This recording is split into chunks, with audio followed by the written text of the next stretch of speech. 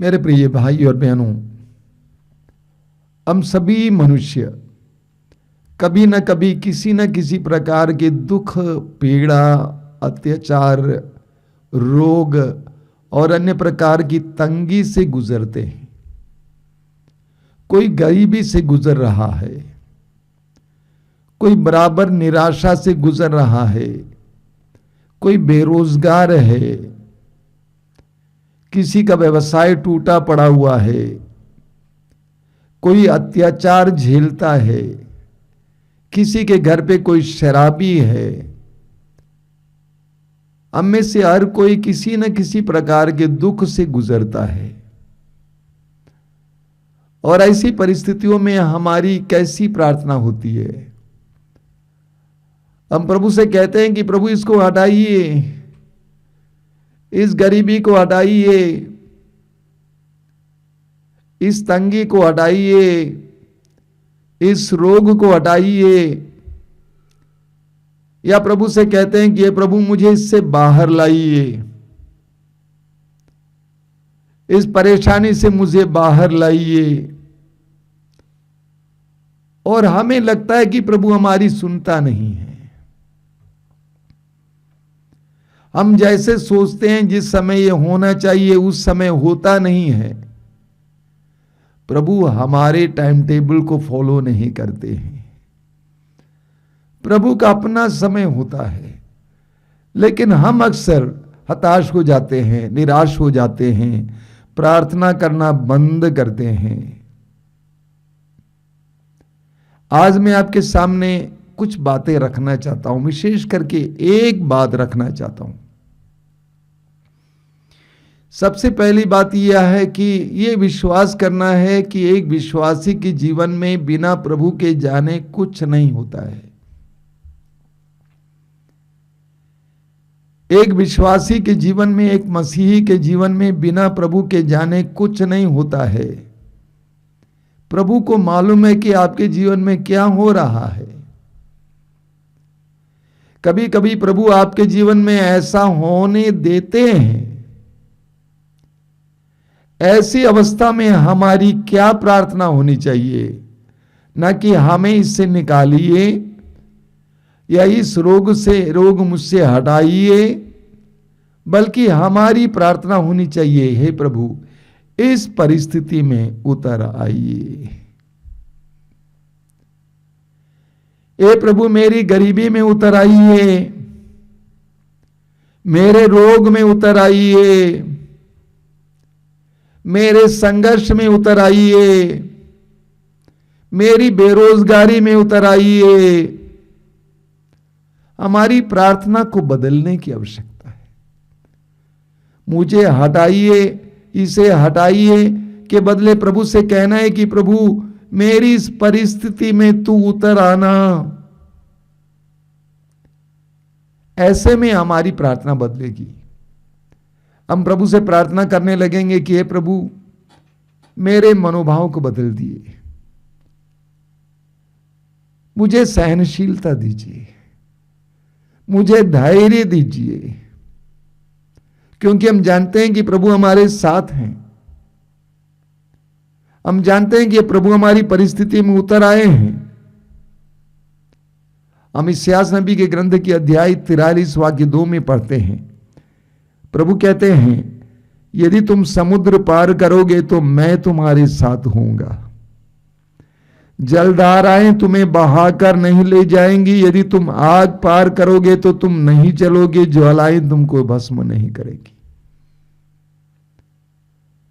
प्रभु कहते हैं, यदि तुम समुद्र पार करोगे मैं तुम्हारे साथ होऊंगा और जलधाराएं तुम्हें बहा कर नहीं ले जाएंगी। यदि तुम आग पार करोगे तो तुम नहीं जलोगे, ज्वालाएं तुमको भस्म नहीं करेंगी। प्रभु ये नहीं कहते हैं कि मैं तुमको समुद्र में गिरने नहीं दूंगा। प्रभु ये नहीं कहते हैं कि मैं तुमको ज्वालाओं से बचाऊंगा। प्रभु कहते हैं, जब तुम समुद्र में गिरोगे जलधाराएं तुम्हें बहा कर नहीं ले जाएंगी। उस परिस्थिति में मैं तुम्हारे साथ होऊंगा। I will be with you. जब तुम्हें आग पार करने का मौका मिलता है उस समय भी मैं तुम्हारे साथ चलूंगा, मैं तुम्हारे साथ रहूंगा। उत्पत्ति ग्रंथ के अध्याय 28 उसके वाक्य 15 में पढ़ते हैं, प्रभु याकूब से कहते हैं, तुम जहां कहीं भी जाओगे मैं तुम्हारे साथ होऊंगा। तुम जहां कहीं भी होगे मैं तुम्हारे साथ होऊंगा। निर्गमन ग्रंथ अध्याय 33 में मूसा ने प्रभु से कहा कि यदि तू हमारे साथ नहीं चलेगा तो हमें आगे बढ़ने की आज्ञा मत दीजिए। प्रभु ने कहा तुम्हारी प्रार्थना मैंने सुन ली है, तुम जहां कहीं भी जाओगे मैं तुम्हारे साथ होऊंगा। I will be with you. कई लोग सोचते हैं यीशु पर विश्वास करने से, यीशु के पास आने से, पवित्र वचन पढ़ने से, सर्विस में जाने से, आश्रम जाने से मैं पीड़ाओं से बचा रहूंगा, मेरे जीवन में बीमारियां नहीं आएंगी, मेरे जीवन में विफलताएं नहीं आएंगी। ये गलत सोच है। सही सोच यह है कि मैं विफलताओं से गुजरूंगा, उन क्षणों में भी प्रभु मेरे साथ रहेंगे। मैं नदियों से गुजरूंगा, उस समय भी प्रभु मेरे साथ रहेंगे। मैं जिस किसी भी परिस्थिति से गुजरूंगा प्रभु मेरे साथ रहेंगे। हमें दानियल के ग्रंथ के अध्याय 3 में एक बहुत जबरदस्त उदाहरण मिलता है। दानियल और उनके मित्र परदेश में बाबुल में रह रहे थे। वे इस्राएल से गुलाम की तरह बाबुल लाए गए थे, लेकिन वे राज दरबार में ही थे क्योंकि राजा उनको बहुत प्रेम करता था। राजा ने एक बहुत विशाल मूर्ति की स्थापना की और कहा कि जब संगीत साज बजेगा तो सभी लोग दंडवत करके उसकी आराधना करेंगे। दानियल के 3 युवा मित्रों ने इनकार किया। उन्होंने कहा कि हम सच्चे ईश्वर के बदले और किसी के सामने दंडवत नहीं करेंगे, उनके अलावा किसी और के सामने दंडवत नहीं करेंगे। राजा ने उनको बुलाया, पूछा कि क्या यह बात सही है? उन्होंने कहा सही है। क्या तुम्हें नहीं मालूम अगर तुम दंडवत नहीं करोगे तुमको इस जलती भट्टी में डाल दिया जाएगा? उन्होंने कहा हाँ हम जानते हैं। और राजा से तीनों युवकों ने कहा कि अगर कोई सच्चा ईश्वर है तो हमारा ईश्वर है जो जीवित है और वो हमें इस आग से भी बचाने में समर्थ है। राजा क्रुद्ध हो गया। वचन में लिखा हुआ है कि राजा ने उस भट्टी की आग को 7 गुना ज्यादा बना दिया। देखिए, प्रभु ईश्वर राजा के मन को बदल सकता था। प्रभु ईश्वर राजा के मन को बदल सकता था। राजा सोच सकता था ये 3 युवा हैं, ये हमारे साथ रहते हैं, इनको क्यों भट्टी में डाल दें। लेकिन ईश्वर ने ऐसा किया नहीं। राजा का क्रोध भड़क गया। उसने आग को 7 गुना ज्यादा बना दिया और हृष्ट पुष्ट लोगों ने उन तीनों युवकों को उठाकर उस आग में फेंक दिया। बाइबल हमें बताती है कि उस आग में गिरने के बाद तीनों युवक ईश्वर की स्तुति कर रहे थे। कुछ समय के बाद राजा ने देखा कि ये तीनों युवक सही सलामत आग में घूम रहे हैं और साथ ही साथ एक और व्यक्ति था। राजा ने बगल में बैठे लोगों से पूछा कि हमने कितने लोगों को डाला था? उन्होंने कहा 3 जन को डाला था। ये चौथा व्यक्ति कौन है? वो स्वर्गदूत जैसा दिख रहा है। वो स्वर्गदूत जैसा दिख रहा है। प्रभु ईश्वर ने उन युवकों को आग में गिरने से नहीं बचाया, बल्कि उस आग के द्वारा एक महान चमत्कार प्रकट करना चाहा। राजा ने कहा कि वो चौथा व्यक्ति स्वर्गदूत जैसा लगता है। उन तीनों युवकों को ईश्वर ने आग में गिरने दिया, लेकिन उनको फायर प्रूफ बना दिया। आग ने उनको स्पर्श नहीं किया। राजा ने तीनों को बाहर लाया। उनके शरीर का एक भी रोम नहीं जला था। और उसके बाद राजा ने घोषित किया कि सभी लोग इनके ईश्वर की आराधना करेंगे, जिन्होंने इनको इस भट्टी में से छुड़ाया है। कभी कभी प्रभु ईश्वर ऐसे हमें आग से होकर गुजरने देता है। हमें आग से बचाता नहीं है, लेकिन प्रभु से प्रार्थना करना, प्रभु इस आग में आना, तो प्रभु आपको फायर प्रूफ बना देंगे। आग आपको कुछ नहीं कर पाएगा। जिस स्थिति में हम हैं, उस स्थिति में जब हम प्रभु को आने देते हैं या पुकारते हैं, उस समय हमें प्रभु की सांत्वना मिलती है, हमें प्रभु से शांति मिलती है, हमें धैर्य मिलता है, सहन शक्ति मिलती है। संत अल्फोंसा की कई फिल्में हैं। एक फिल्म के कुछ अंश में हिंदी में अनुवाद कर रहा था वर्षों पहले, टीवी में प्रोग्राम के लिए। वो बहुत ज्यादा दुख झेल रही थी। उन्होंने स्वयं प्रभु से कहा था कि प्रभु मुझे दुख दीजिए, और मरने से कुछ दिन पहले वो बहुत ज्यादा दुख झेल रही थी। उनके मठ के अधिकारी आई, उनके कंधे पर उसने अपना सिर रखा और कहा कि मदर, बहुत हो गया, अभी मैं झेल नहीं पा रही हूं, अभी मैं झेल नहीं पा रही हूं। लेकिन रात को मुझे जो आनंद मिलता है, जो सांत्वना प्रभु से मिलता है, उसके बारे में सोचती हूं तो मैं प्रभु से कहती हूं कि प्रभु मुझे और दुख दीजिए।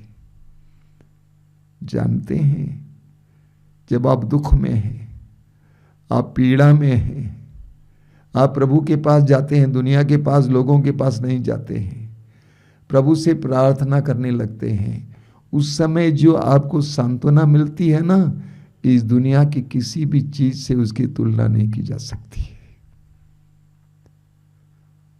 वो सांत्वना इतनी मीठी होती है। कई लोग दुख लेकर यहां वहां भटकते हैं, लेकिन दुख लेकर जब हम प्रभु के पास जाते हैं और उस दुख को प्रभु को समर्पित करते हैं, उस दुख में प्रभु का स्वागत करते हैं, तो आपको जो प्रभु से सांत्वना मिलेगी, ये सांत्वना अन्य किसी चीज से भी बहुत कीमती और महत्वपूर्ण और मीठी है। अक्सर क्या होता है, अक्सर जब हमारे जीवन में दुख पीड़ाएं आते हैं, तो हम इस इंतजार में रहते हैं कि किस समय प्रभु इस दुख को हटा देगा। लेकिन जिस समय हमारे जीवन में दुख पीड़ाएं आते हैं, प्रभु इस इंतजार में है कि मेरा बेटा, मेरी बेटी कब मुझे उस परिस्थिति में बुलाएगा या बुलाएगी। प्रभु इस इंतजार में है कि आपकी परिस्थिति में आ जाएं, लेकिन उसके लिए आपको प्रभु को पुकारना होगा, बुलाना होगा। प्रभु मेरी इस परिस्थिति में आइए, इस गरीबी में आइए, इस रोग में आइए, इस पीड़ा में आइए, इस बेरोजगारी में आइए, इस तंगी में आइए, इस अत्याचार में आइए, इस जेल में आइए। हमें प्रभु का स्वागत करना है अपनी परिस्थिति में, ना कि प्रभु से कहना है कि इसको हटाइए मेरे जीवन से। इस्यास नबी अध्याय 48 वाक्य 10, इस्यास अध्याय 48 वाक्य 10 में प्रभु कहते हैं, मैंने तुम्हें विपत्ति की भट्टी में परिष्कार किया है। मैंने तुम्हें विपत्ति की भट्टी में परिष्कार किया है। प्रभु हमें विपत्ति से होकर गुजरने देते हैं, दुख से होकर गुजरने देते हैं। जिस तरह सोना आग में गिरने के बाद ही उसका वो रंग बाहर आ जाता है, वो चमकने लगता है, उसी तरह प्रभु हमारे जीवन में भी दुख से हमें गुजरने देते हैं। हमें गुजरना है, लेकिन प्रभु का स्वागत करना है। आइए प्रभु इस परिस्थिति में। बाइबल में बार बार हमें बताया गया है कि प्रभु कहते हैं कि मैं तुम्हारे साथ रहूंगा। जब तुम समुद्र पार करोगे, जलधाराएं तुम्हें बहा कर नहीं ले जाएंगी, मैं तुम्हारे साथ रहूंगा। तो हमारी प्रार्थना को बदलना है। प्रभु इससे दूर कीजिए, हमें छुड़ा लीजिए, हमें बाहर लाइए। इसके बदले ये कहना है कि प्रभु मेरी परिस्थिति में उतर आइए। लूकास के सुसमाचार के अध्याय 24 में उसके वाक्य 26 में पढ़ते हैं। प्रभु यीशु के 2 शिष्य प्रभु की मृत्यु के बाद बड़े दुखी होकर एमाउस नामक गांव की ओर जा रहे थे। रास्ते में पुनर्जीवित यीशु, मृतकों में से जिंदा हुआ यीशु उनके साथ हो लिए, लेकिन वे यीशु को पहचान नहीं पाए। उनसे पूछा गया कि तुम किस बात पर चर्चा कर रहे हो, क्यों इतने दुखी हो? तो उन्होंने अपने प्रभु गुरुवर के साथ जो जो हुआ उसके बारे में बता दिया। तो वाक्य 26 में हम पढ़ते हैं, प्रभु ने उनसे कहा कि रे निर्बुद्धियों, क्या तुम्हें यह नहीं मालूम था कि मानव पुत्र को, मसीह को दुख भोगना और इसके द्वारा महिमा में प्रवेश करना है। मसीह को दुख भोगना और उसके द्वारा महिमा में प्रवेश करना है। एक विश्वासी या मसीह के जीवन में ये धारणा होनी चाहिए। दुख हमारे जीवन का एक अभिन्न हिस्सा है। कहा जाता है, no Christ without cross and no Christian without suffering. बिना क्रूस का क्रिस्त नहीं और बिना दुख का मसीही नहीं। दुख हमारे जीवन का हिस्सा है। लूकास के समाचार के अध्याय 9 वाक्य 23 और 24 में प्रभु कहते हैं, यदि कोई मेरा अनुसरण करना चाहे, आत्मत्याग करें और प्रतिदिन अपना क्रूस उठाकर मेरे पीछे हो लें। तो हमारे दुखों के द्वारा प्रभु हमारे जीवन में महिमा प्रकट करने वाले हैं। वे 3 युवक जो भट्टी में डाले गए थे, उन्होंने इस परिस्थिति को ग्रहण किया और ईश्वर की स्तुति करना शुरू किया। ईश्वर ने उस भट्टी के द्वारा उस भट्टी में अपनी महिमा प्रकट की। प्रभु हमारे भी जीवन में हमारे दुखों के द्वारा महिमा प्रकट करना चाहते हैं। आप जानते हैं 1-1.5 साल पहले मैं गिर गया था, मैं पड़ा हुआ था, लेकिन मैं ईमानदारी से कहता हूं उसके बाद मेरे अंदर सामर्थ्य बढ़ा है। ये सच्चाई है, आप स्वयं महसूस करते हैं। शक्ति बढ़ी है, शारीरिक शक्ति घट गई है, लेकिन आत्मिक शक्ति बढ़ी है। तो जब हम दुख से होकर गुजरते हैं, उस समय हम जानते हैं कि प्रभु हमें उस दुख से बचाएंगे, लेकिन उस समय प्रभु से यह कहना है कि प्रभु इस दुख में, इस पीड़ा में उतर आइए। जब प्रभु हमारे दुख में उतर आते हैं, उस समय प्रभु से जो सांत्वना प्राप्त होगी, वो सांत्वना हमारे लिए एक अनोखा अनुभव होगा। स्तोत्रकार को सुनिए। स्तोत्रकार कहते हैं, स्तोत्र 23 वाक्य 4 में माना जाता है कि स्तोत्र राजा दाऊद के द्वारा लिखा गया है। वो क्या कहते हैं? वो कहते हैं कि चाहे अंधेरी घाटी से होकर जाना पड़े, मुझे किसी अनिष्ट की शंका नहीं, क्योंकि तू मेरे साथ रहता है। चाहे अंधेरी घाटी होकर जाना पड़े, मुझे किसी अनिष्ट की शंका नहीं, क्योंकि तू मेरे साथ रहता है। चाहे अंधेरी घाटी होकर जाना पड़े, विपत्तियों की घाटी से होकर जाना पड़े, विफलता की घाटी से होकर जाना पड़े, रोग और दुख की घाटी से होकर जाना पड़े, आशंकाओं की घाटी से होकर जाना पड़े, अत्याचार की घाटी से होकर जाना पड़े, मुझे कोई आशंका नहीं है, मेरे अंदर शांति है। क्यों? क्योंकि मैं जानता हूं कि उस समय भी तू मेरे साथ रहता है। मेरा पति मेरे साथ अच्छा व्यवहार नहीं करता है, मेरे बच्चे अच्छा व्यवहार नहीं करते हैं, उन क्षणों में भी मैं जानता हूं कि प्रभु मेरे साथ रहते हैं। जब मेरा व्यवसाय टूट गया है, आय के लिए कोई मार्ग नहीं है, उस समय भी मैं शांति में रहूंगा, क्योंकि मैं जानता हूं कि मेरा प्रभु मेरे साथ रहता है। मैं बार बार विफलताओं का सामना करते जा रहा हूं, परीक्षा पर परीक्षा, इंटरव्यू पर इंटरव्यू करते जा रहा हूं, उस समय भी मैं नहीं टूटूंगा, क्योंकि मैं जानता हूं कि मेरे प्रभु मेरे साथ रहते हैं। बड़ी अजीब बात है, मार्कुस के सुसमाचार के अध्याय 6 में हम पढ़ते हैं, उसके वाक्य 35 में, पूरे अध्याय में प्रभु यीशु अपने शिष्यों के साथ नाव में बैठकर झील पार कर रहे थे। नाव झील के बीचों बीच पहुंच गई, तब अचानक आंधी उठी, लहरें ऊपर आने लगी और नाव पानी से ढकी जा रही थी, भरी जा रही थी। सारे शिष्य घबरा गए, भागे यीशु की ओर, दौड़े यीशु की ओर। यीशु सोए हुए थे, यीशु को जगाए, क्या कि प्रभु आपको चिंता नहीं है, हम डूब रहे हैं। उनको आशंकित होने का कोई कारण नहीं था, शंका करने का कोई कारण नहीं था, डरने का कोई कारण नहीं था, क्योंकि उन्होंने स्वयं देखा है कि यीशु ने कैसे 5 रोटियों से 5,000 से भी ज्यादा लोगों को खिलाया है। उन्होंने स्वयं देखा है कि यीशु ने कैसे लंगड़ों को चंगा किया है। उन्होंने स्वयं देखा कि यीशु ने कैसे मृतकों को जिलाया है। वे स्वयं जानते थे कि प्रकृति पर शक्ति रखने वाला प्रभु उनके साथ है। इसके बावजूद वे घबरा गए, वे डर गए। कभी कभी हमारे जीवन में भी कुछ ऐसा ही होता है।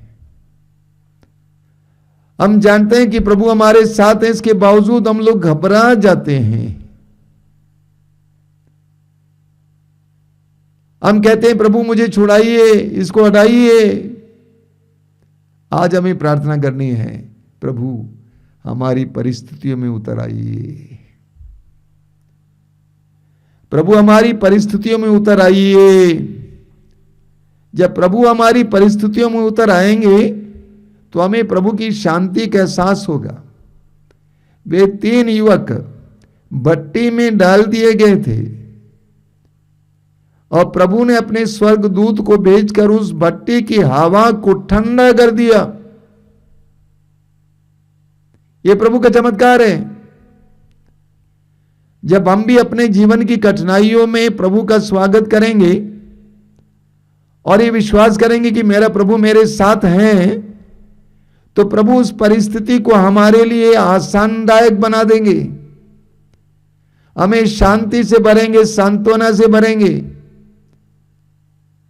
हमें सहन शक्ति देंगे, हमें धैर्य से भरेंगे। आज हम प्रार्थना करेंगे, प्रभु मेरी परिस्थिति में आ जा। हो सकता है कि आपके परिवार में गरीबी हो, तंगी हो, प्रभु से कहिए कि प्रभु इसमें आ जाइए। हो सकता है कि आप बेरोजगार हो, कई दिनों से रोजगार ढूंढते ढूंढते थक गए हों, उस थके हुए अवस्था में यीशु का स्वागत कीजिए। हो सकता है अपने परिवार में आपका तिरस्कार का अनुभव हो रहा हो, उस तिरस्कार के अनुभव में यीशु का स्वागत कीजिए। आइए यीशु। हो सकता है कि आपके ऊपर अत्याचार हो रहा हो, आप अच्छे जीवन जी रहे हैं, इसके बावजूद आपके ऊपर अत्याचार हो रहा है प्रभु के नाम के कारण या किसी भी कारणवश। प्रभु से कहिए कि प्रभु मेरी इस परिस्थिति में उतर आइए। हो सकता है कि आप शारीरिक रूप से बीमार हैं, डॉक्टरों ने आपको छोड़ दिया है, आपको लगता है कि बस मौत ही रह गई आपके सामने। ऐसी परिस्थिति में प्रभु से कहिए कि प्रभु मेरी परिस्थिति में उतर आइए। आवश्यकता है कि प्रभु हमारी परिस्थिति में उतर आए। हमारी परिस्थिति बदल जाएगी। अंततः प्रभु हमें उससे बाहर ले आएंगे। आज अपनी परिस्थिति को प्रभु को समर्पित करना, प्रभु को अपनी परिस्थिति में स्वागत करना। आज के सत्संग के बाद, सत्संग के दौरान भी, इस सत्संग के बाद, इस प्रार्थना के बाद अकेले बैठना, अपनी परिस्थितियों को याद करना जिसके बारे में आप बहुत ज्यादा चिंतित हैं, रोते हैं और प्रभु से प्रार्थना करते रहते हैं।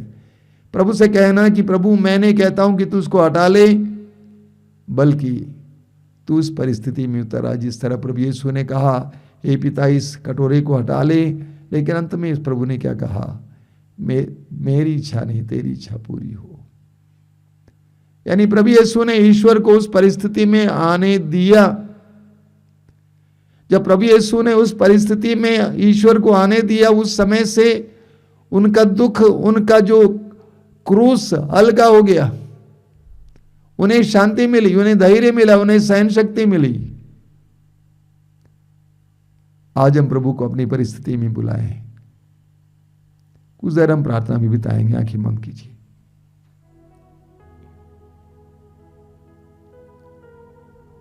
अपने जीवन की परिस्थितियों को इस समय याद कीजिए। प्रभु मेरे जीवन में आना, मेरी दयनीय परिस्थिति में ना आना। मेरा शरीर दुर्बल है, मैं रोगी हूं, मैं रोग से लड़ रहा हूं। मेरे इस रोग की अवस्था में आ जाना प्रभु। मेरे परिवार में शांति नहीं है, परिवार में मेल मिलाप की कमी है। मेरे परिवार में आ जाना यीशु। तूने अपने वचन में कहा है, मैं द्वार पर खड़ा होकर खटखटा रहा हूं। यदि कोई मेरी वाणी सुनकर, मेरी आवाज सुनकर मुझे बुलाएगा, अपने स्वागत करेगा, दरवाजा खोलेगा, मैं आकर उसके साथ भोजन करूंगा और वह मेरे साथ। आज मैं अपने परिवार में स्वागत करता हूं यीशु। परिवार की दयनीय अवस्था में मेरा व्यवसाय टूटा पड़ा है यीशु, मेरे व्यवसाय में आइए। आज मैं स्वागत करता हूं।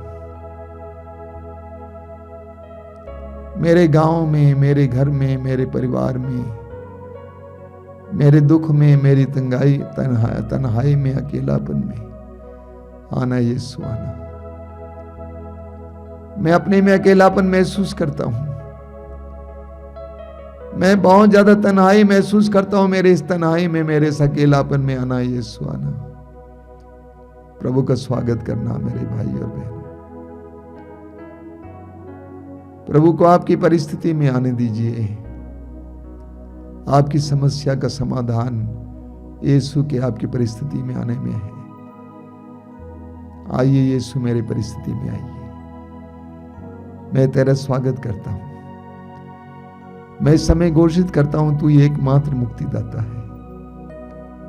तू ही मुझे आजाद कर सकता है, स्वतंत्र कर सकता है, चंगा कर सकता है। आइए यीशु, आइए। आ जा मेरे प्रभु, मेरे दिल में, मेरे तन में आ जा प्रभु। आइए यीशु, आइए।